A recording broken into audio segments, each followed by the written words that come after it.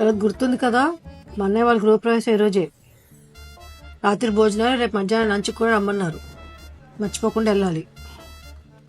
వెళ్ళైతే నువ్వు రావేంటి? నిన్ను పిలిచారు, నన్ను పిలిచారా? ఇద్దరిని పిలిచారు. నాకెవరు ఫోన్ చేయలేదు, ఎవరు నాకు కార్డు ఇవ్వలేదు, ఏమీ చెప్పలేదు. నన్ను ఎక్కడికి వచ్చేయమంటావు? నాకు పిలిస్తే నేను పిలిచినట్టు కాదా?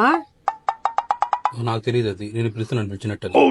కాదు శరత్, మీ వాళ్ళు ఎప్పుడైనా పిలిస్తే నీకే కదా ఫోన్ చేస్తారు, నాకు చేస్తారేంటి? నేను వస్తా కదా అయినాను.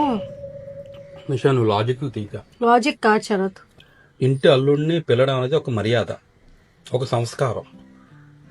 పెద్ద పెద్ద మాటలు మాట్లాడేస్తున్నావు. లేదు, ఒక ఫోన్ కూడా చెప్పకుండా ఏమి చేయకుండా తోకొప్పుకొని వచ్చామంటారు. నీకు చెప్తా చాలా నేను చాలాసార్లు చూశాను.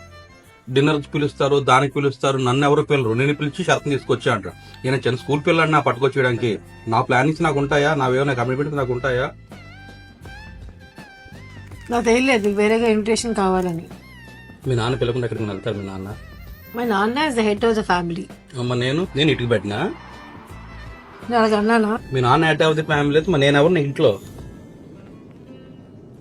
నేనే ఇక్కడ ఇగోకి పోవట్లేదు, ఇగోకే పోతున్నా. కట్టసి. అది ఒక ఇన్వైట్ ఎక్స్టెండ్ చేయడం ఉంది కట్టసి.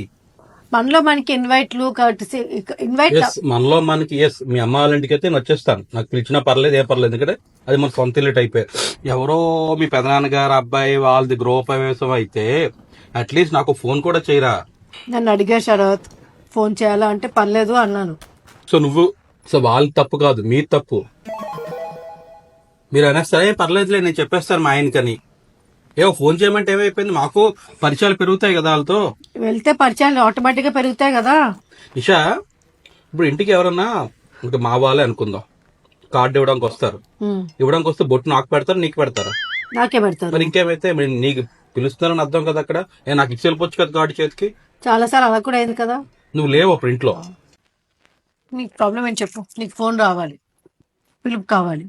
ఇప్పుడు చెప్పినా నేను రాను. దీన్నే ఈగో అంటారు. లేకపోతే ఇప్పుడు వాళ్ళు చెప్తావు మా ఆయనకి ఒకసారి ఫోన్ చేసి పిలిచేయండి అని, ఇంకా పెద్ద ఎదవని అయిపోతాను. చేసుకొని మీరు సబ్స్క్రైబ్ అయ్యారో లేదో, చాలా మంది అయ్యారు అనుకుంటున్నారు కానీ అవ్వలేదు. అవ్వకపోతే మాత్రం please subscribe to us. Only మా కంటెంట్ మీకు నచ్చితే మాత్రమే. Thank you.